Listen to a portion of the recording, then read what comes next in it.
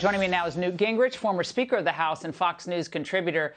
Now, Newt, we tried to warn everyone during COVID that this was kind of a warm-up act to what they ultimately wanted to do. We've heard rumblings about this from Bill Gates, who said the climate's much worse than COVID, so why not have a global pause or shutdown every now and then? How do you see this playing out? Well, first of all, I want to say that may be one of the most brilliant monologues I've heard you give in a long time of listening to you. That was just absolutely brilliant. I thought it was stunningly accurate. Look, people like Bill Gates have two key characteristics. They're religious fanatics on behalf of a series of values that are weird, and they're hypocrites. They don't mind flying around the world in private planes. They don't mind having huge houses with enormous amounts of air conditioning. They don't mind the size of their carbon footprint. It's a classic example. What you have is a power elite which thinks that climate is the emotional excuse to control the rest of us.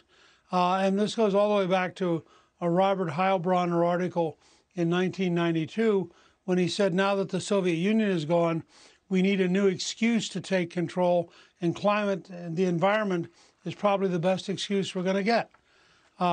These people are fundamentally dishonest. What they're trying to do is, by any reasonable standard, crazy. If you look at what's happening in Germany, where they're going back to coal plants, where they're about to go back to nuclear power. If you look what's happening all around the world, the cost of elite rich people trying to impose theoretical ideas on the real world, the collapse of the government of Sri Lanka is a direct result of this. More pain is coming. And I think someday historians will look back and say, these were truly bad people. No, horrible human beings. And Newt, the UN chief, Antonio Guterres, spoke out yesterday about this so-called emergency. This has to be the decade of decisive climate action. That means trust, multilateralism, and collaboration. We have a choice, collective action or collective suicide. It is in our hands. Collective suicide, Newt. Is that what we're facing here? Do you notice they're all reading from the same hymnal here? Everyone's saying the same thing. How can that be? Look, Laura, this is so fundamentally dishonest that it's crazy.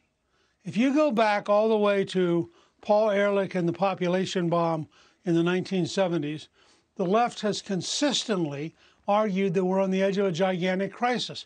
Ehrlich said by 2000, Great Britain would be starving to death. Totally false.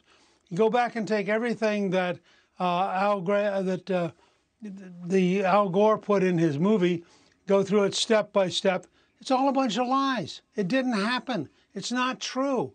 The idea of, the human race is not on the edge of collective suicide unless it's by nuclear war.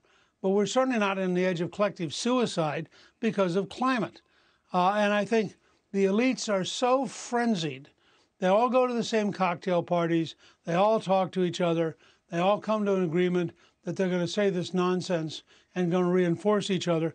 The truth is it's false. Just as, by the way, the same elites were lying to us about COVID, as we now grudgingly, slowly are learning. So Newt, I think the average person ought to realize your elites are lying to you. Now, Newt, there was a moment at the White House briefing today where the press secretary was asked about the president's relative absence over the last 3 days from the public scene. Watch. What exactly has he been doing yesterday and today? So he's been in meetings. He's been meeting with his senior staff. He's been meeting with a staff. He's just been very busy dealing with the issues of the American people and meeting with his staff and senior staff the last 2 days. Newt, lots of meetings. Even the left is turning on him. Look, I don't know whether I prefer Joe Biden publicly incomprehensible and suffering clearly cognitive decline, or Joe Biden hiding while his staff protects him as he suffers cognitive decline. But certainly, if you watched him on the trip to the Middle East, it was a total embarrassment for the United States and for those of us who believe in freedom. And I just think you have to start with the idea that this guy is being manipulated by his staff. Whatever they're about to do in the environment will be an act of desperation. But given that they've given John Kerry a major role, you just have to assume it'll be crazy because Kerry's crazy.